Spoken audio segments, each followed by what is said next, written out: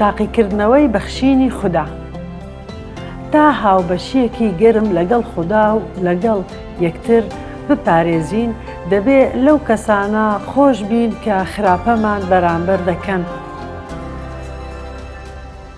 ئەم بنەمایە لە نوێژی پەروەردگارەوە هەڵدەقوڵێت کە عیسا بۆ قوتابیەکانی گێڕایەوە. دوای ئەوەی لێیان پرسی فێرمان بکات چۆن نوێژ بکەین. بەشێک لەم نوێژە ئەمەیە: مەتا 6:12 لە گوناهەکانمان خۆش بە، وەک چۆن ئێمە لاوانە خۆش دەبین کە خراپەمان بەرامبەر دەکەن. بەردەوام دەبێت و دەفەرموێ: ئەگەر گردنی خەڵکی لەبەر خراپەکانیان ئازاد بکەن، ئەوە باوکی ئاسمانیشتان لێتان خۆش دەبێت. بەڵام ئەگەر گردنی خەڵکی ئازاد نەکەن، ئەوە باوکیشتان لە گوناهەکانتان خۆش نابێت. شتێکی زۆر گرنگ هەیە لە هەموو کتێبی پیرۆزدا دووڕوویدکرین کە ئەم قسەیە پێویست نییە بە ڕزگارکەریەوە. ڕزگاری بەخشینی خوددایە و بە باوەڕ وەریدەگرین.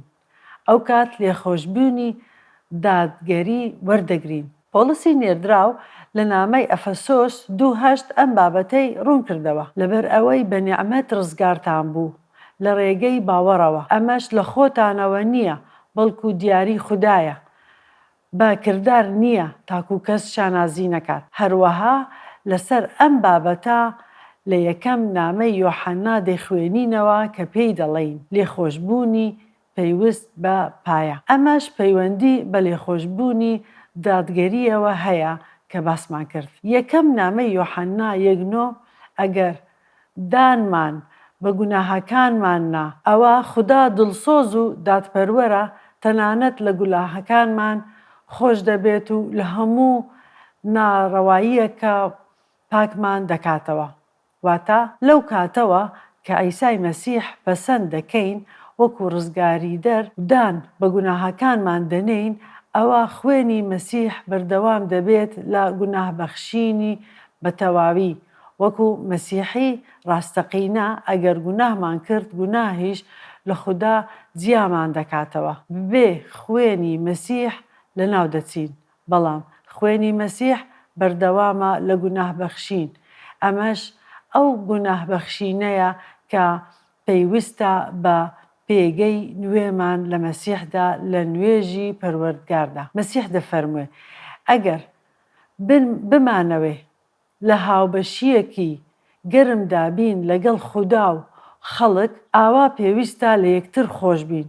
پۆلس لە نامەی ئەفەسۆس 4:32 باس لەم هاوبەشیە گەرمە دەکات: لەگەڵ یەکتری نەرمونیان و بەزەیی بن، لە یەکتر خۆش بن، هەر وەک چۆن خوددا بە یەکبوونتان لەگەڵ مەسیح لێتان خۆش بوو. ئەمەش دەمانبات بۆ پرسیاری تێرامان و وەڵامدانەوە: چۆن ڕاستپەردەی خوددا کە لە دوژمنەکانمان خۆش بین دەگونجێت لەگەڵ پلانی خوددا بۆ داد؟ ئەگەر بگەڕێینەوە بۆ مەتا 5:43-44 بیستوتانە گوتراوە: نزیکەکەت خۆش بوێت، ڕقت لە دوژمنت بێتەوە. بەڵام من پێتان دەڵێم دوژمنەکانتان خۆش بوێ، نوێژ بکەن بۆ ئەوانەی دەتاو چەوسێننەوە. بێگومان دەبێت لە دوژمنەکانمان خۆش بین کە خراپەمان بەرامبەر دەکەن، نابێت تۆڵە بکەینەوە. پۆلس لە نامەی ڕۆما 12:19 ئەم بابەتەی دووپات کردەوە: خۆشەویستان، خۆتان تۆڵە مەستێنن، بەڵکو ڕێ بە تووڕەیی خوددا بدەن، چونکە نووسراوە: یەزدان دەفەرموێ تۆڵە سەندنەوە هی منە، منم سزا دەدەم. ئەگەر بمانەوێ بە پێی خواستی خوددا بژین، دەبێ هاوشێوەی مەسیح بین بەرامبەر بە دوژمنەکانمان و خۆشیان بوێن. بە پێی ئەم ئایەتە تۆڵە هی خوددایە، نەک هی ئێمە. پۆلس لە بەشی 12 ڕاستە و خۆ دەمانبات بۆ بەرپرسیارەتی بەرامبەر بەدەسەڵاتە فەرمیەکانی دەوڵەت و دەڵێ: ڕۆما 13:4 چونکە خزمەتکاری خوددایە و بۆ چاکەی تۆ کار دەکات. پۆلس باس لە دەسەڵاتە فەرمیەکانی دەکات، چونکە خزمەتکاری خوددایە. بێگومان خزمەتکار هەمان واتای خزمەتی ئێمە بۆ یەکتر نییە، یاخود وەکو خزمەتی مەسیح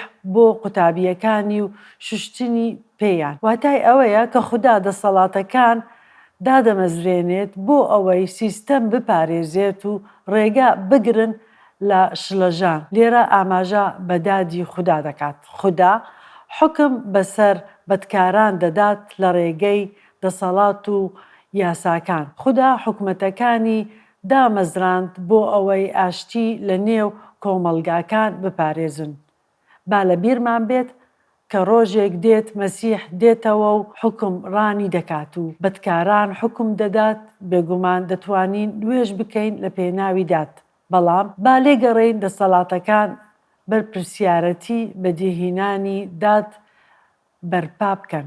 بنەماکە دەڵێ تا هاوبەشیەکی گەرم لەگەڵ خوددا و لەگەڵ یەکتر بپارێزین دەبێ لەو کەسانە خۆش بین کە خراپەمان بەرامبەر دەکەن. ئەم بابەتە ئاسان نییە.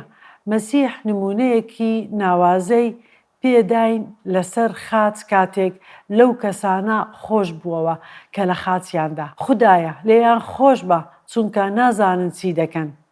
لە ڕاستیدا ئەو بەهۆی جوولەکە یاخود ڕۆمانیەکان لە خاچ نەدرا بەڵکو لە پێناوی ئێمە، لە پێناوی گوناهی هەموو جیهان. تا هاوبەشیەکی گرم لەگەڵ خوددا و لەگەڵ یەکتر بپارێزین دەبێ لەو کەسانە خۆش بین کە خراپەمان بەرامبەر دەکەن. ئەم بابەتە ئاسان نییە.